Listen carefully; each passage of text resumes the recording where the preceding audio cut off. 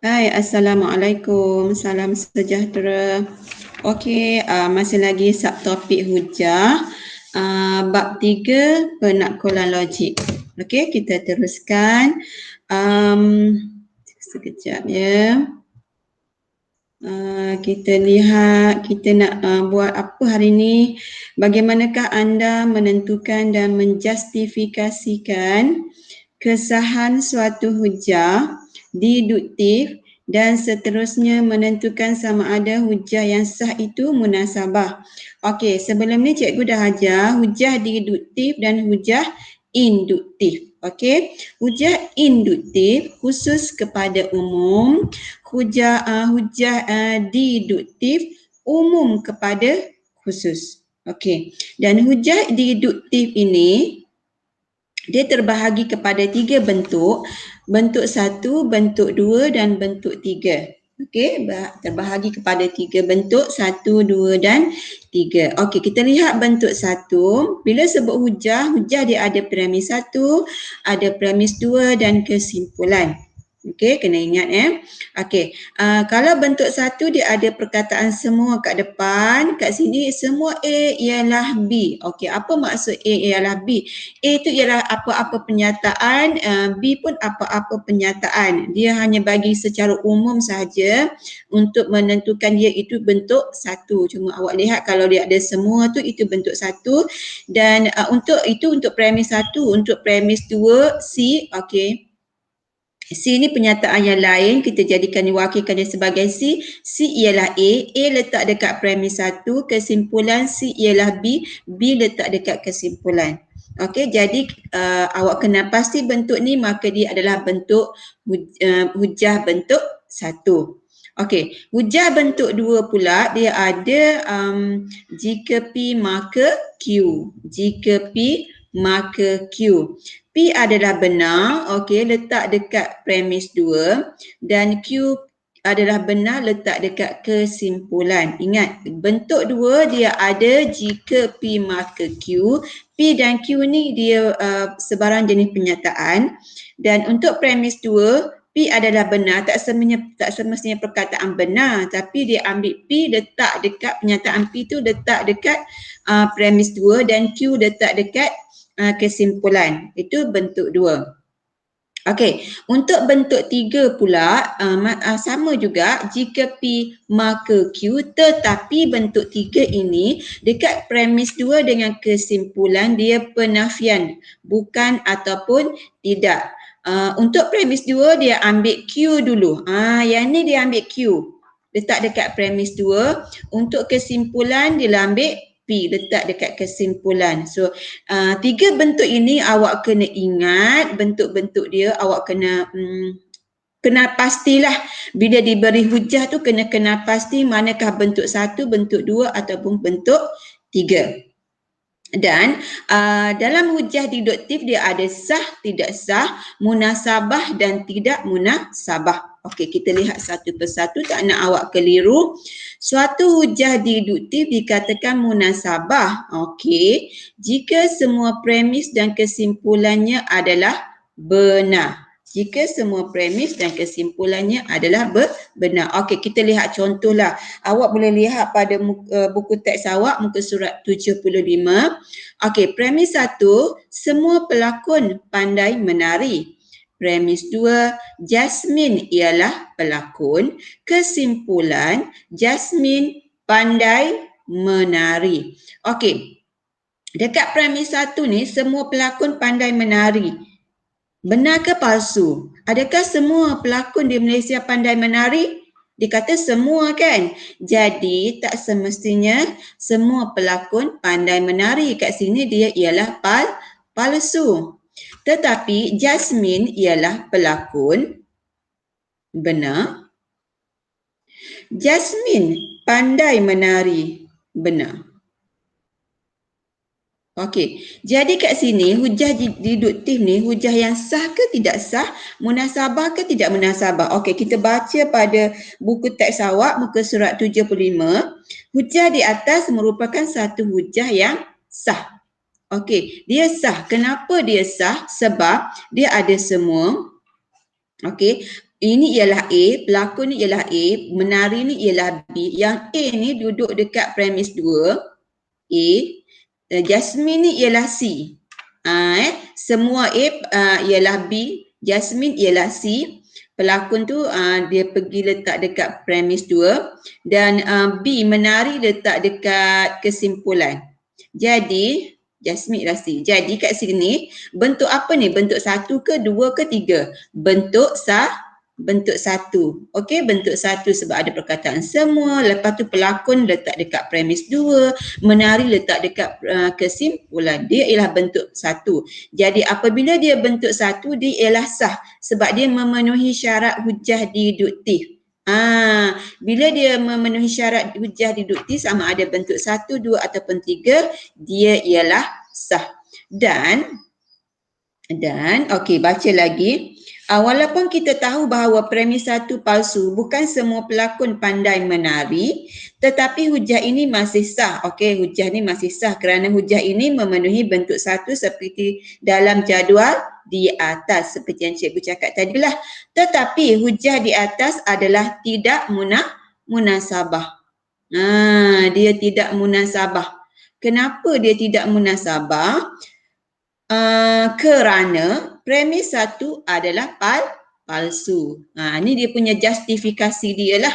Kerana premis 1 adalah palsu. Kenapa palsu? Tak semua pelakon pandai menari. Boleh beza tak? Hujah ada 3, bentuk 1, bentuk 2, bentuk 3. Okey, lepas tu kalau setiap hujah yang diberi memenuhi syarat di antara bentuk 1, 2 ataupun 3, dia ialah sah. Okey, kalau munasabah pastikan premis 1, premis 2, kesimpulan semua benar baru kita boleh katakan ia munasabah. Kalau tidak munasabah, salah satu daripada premis 1 atau premis 2 atau kesimpulan adalah palsu. Baru kita boleh kata tidak munasabah. Okey, kita tengok slide yang seterusnya. Okey, di sini cikgu tekankan lagi sekali, suatu hujah adalah munasabah apabila semua syarat berikut dipatuhi.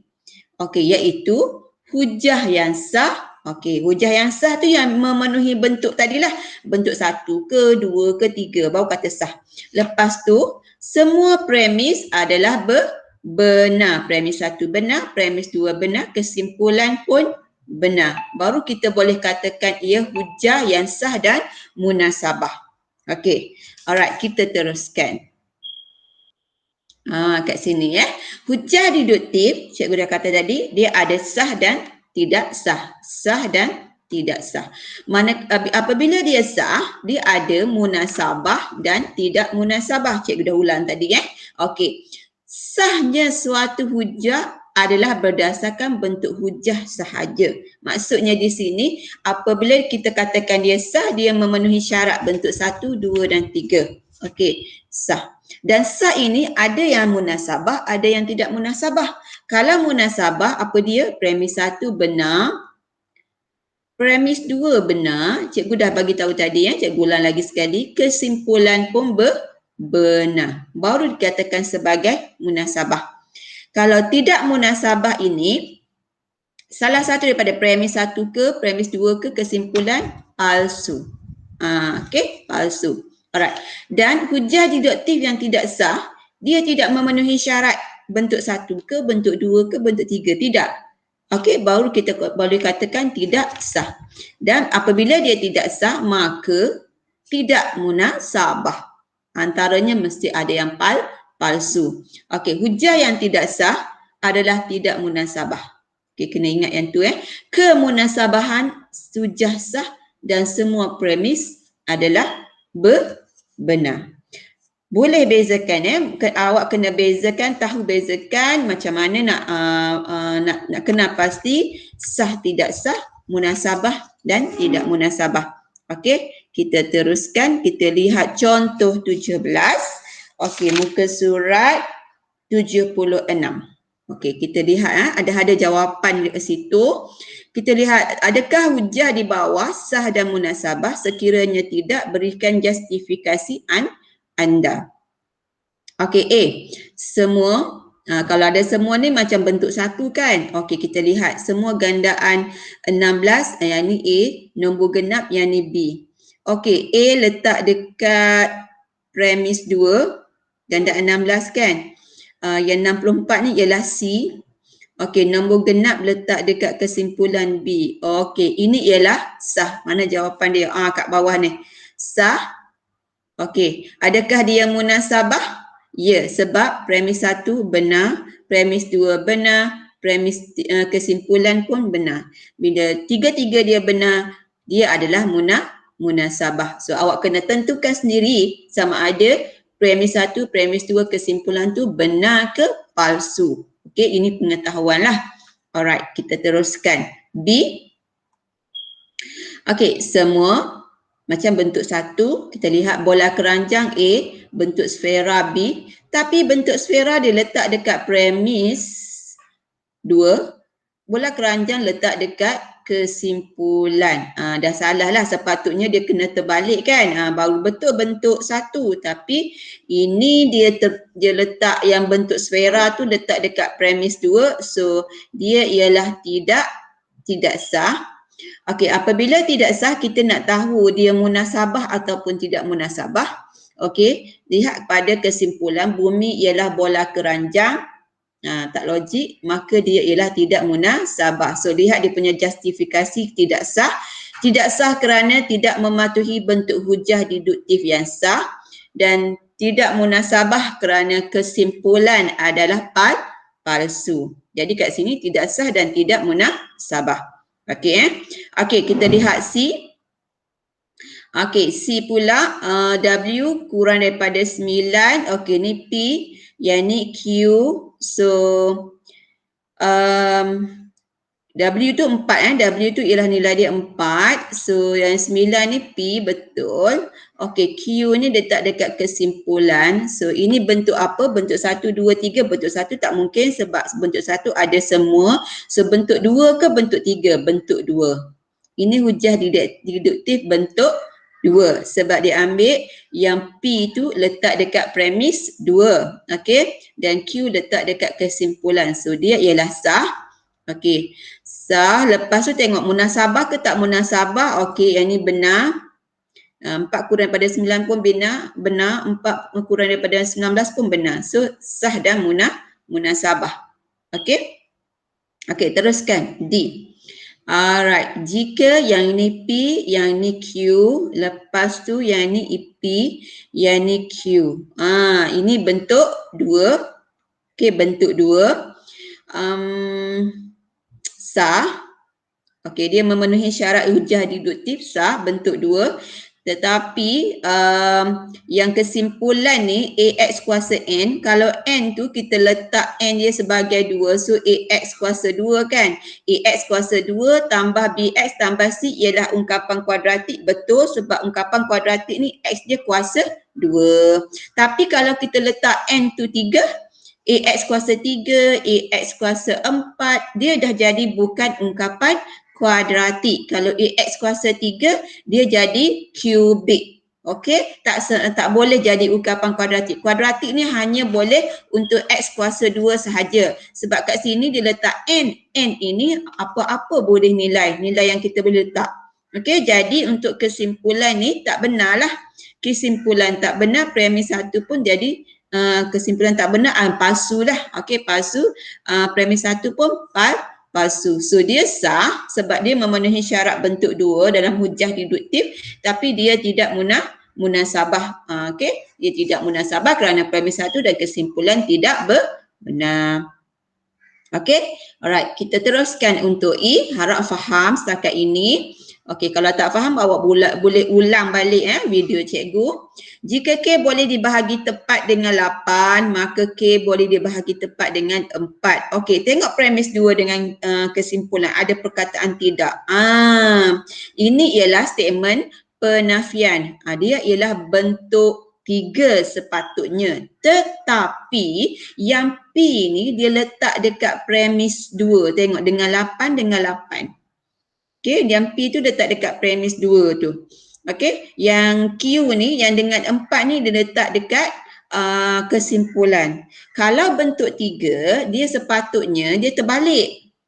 Yang ayat kesimpulan letak dekat premis 2, ayat premis 2 letak dekat kesimpulan, baru kita boleh katakan dia bentuk 3. So di sini dia tidak sah kerana tidak mematuhi bentuk hujah didaktif yang sah. Tidak sah lah sebab tak boleh memenuhi bentuk 3. Okey, sepatutnya kalau dia kena tukarlah kesimpulan dengan premis 2, kena tukar baru dia boleh dikatakan sah dalam bentuk 3. So kita lihat munasabah ke tak munasabah. Okey, di sini dia kata tidak munasabah. Jawapan dia kerana kesimpulannya palsu. Kenapa pula palsu? Tengok lihat kesimpulan. 12 tidak boleh dibahagi tepat dengan 4. Cuba tekan kalkulator. Boleh tak? Boleh. 12 boleh bahagi tepat dengan 4, tapi kesimpulan dia tidak boleh. Maka kesimpulan di situ ialah palsu dan ia tidak munasabah. So di sini untuk I tidak sah dan tidak munasabah. Okey? Dan untuk F, okey, bentuk 2 ke bentuk 3 ni? Jika X nombor genap, K tambah 1 nombor ganjil. Okay, ni Q. Q dia letak dekat premis 2. Okay, P dia letak dekat kesimpulan. Okay, tapi dekat premis 2 dengan kesimpulan, dia tak ada penafian. Dia tak ada penafian. Okay, dia terbalik lah ni. Dia sepatutnya macam ni. Dia terbalik. Kalau kita betulkan dia, ia ialah hujah bentuk 2. Hujah bentuk 2. Tapi kat sini dia tak memenuhi syarat lah. Okey, dia nak buat macam bentuk 3 tapi dekat premis 2 dengan kesimpulan tak ada penafian. So tidak sah. Okey. Apabila tidak sah, kita lihat premis 1 benar. Okey, ini dia punya bagi umum dia dulu. Premis 2, 8 tambah 1 ialah nombor ganjil, 8 tambah 1, 9 nombor ganjil benar. Dan kesimpulan 8 ialah nombor genap benar. So benar, walaupun dia tidak sah, dia ialah munasabah. Sebab 3-3 dia adalah benar. Okey, boleh faham kita teruskan kepada praktiskan diri 3.2b muka surat 77. Okey, di sini cikgu dah letak jawapan untuk jimatkan masa. Okey, cikgu akan terangkan premis 1 semua. Yang ni A, yang ni B.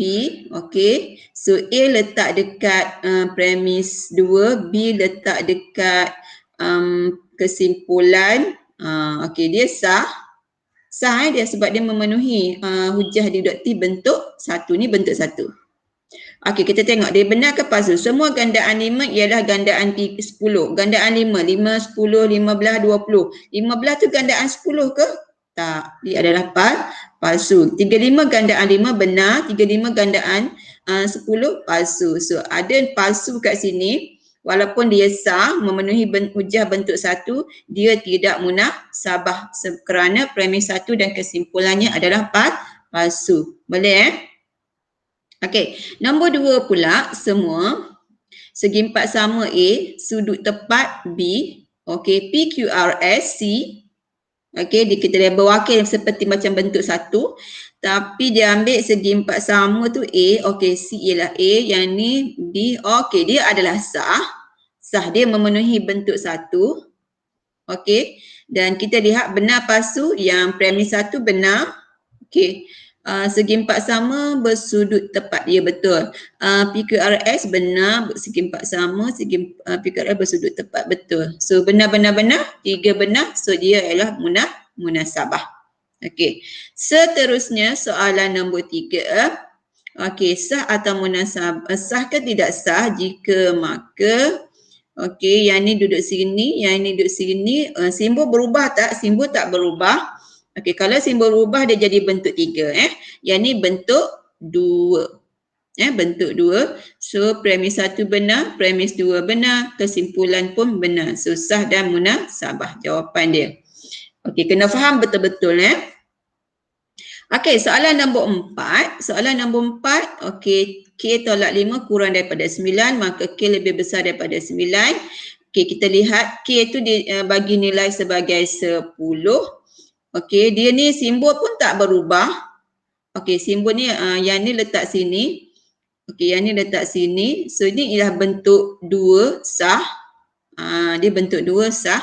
Tetapi dia tidak munasabah kerana kalau kita letak K tu sebagai 10, bila kita letak K tu apa-apa nilai.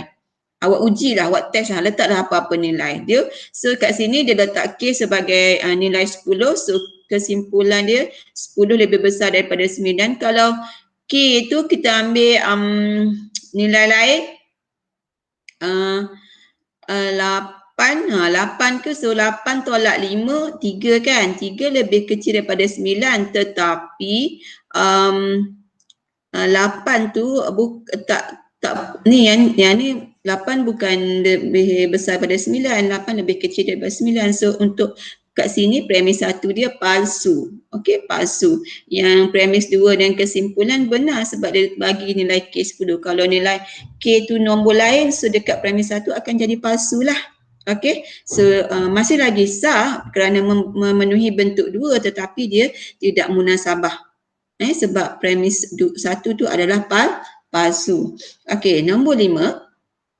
Jika X, premis 1 jika X ialah faktor bagi 6, maka 6 boleh bahagi tepat dengan X. Okey, betul lah. Kalau sesuatu nombor tu dia faktor bagi 6, dia boleh bahagi tepat lah.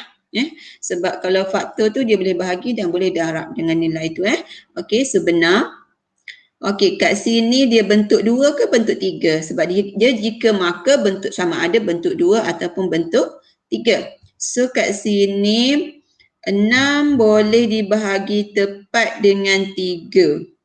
Dia ambil yang Q letak dekat premis 2.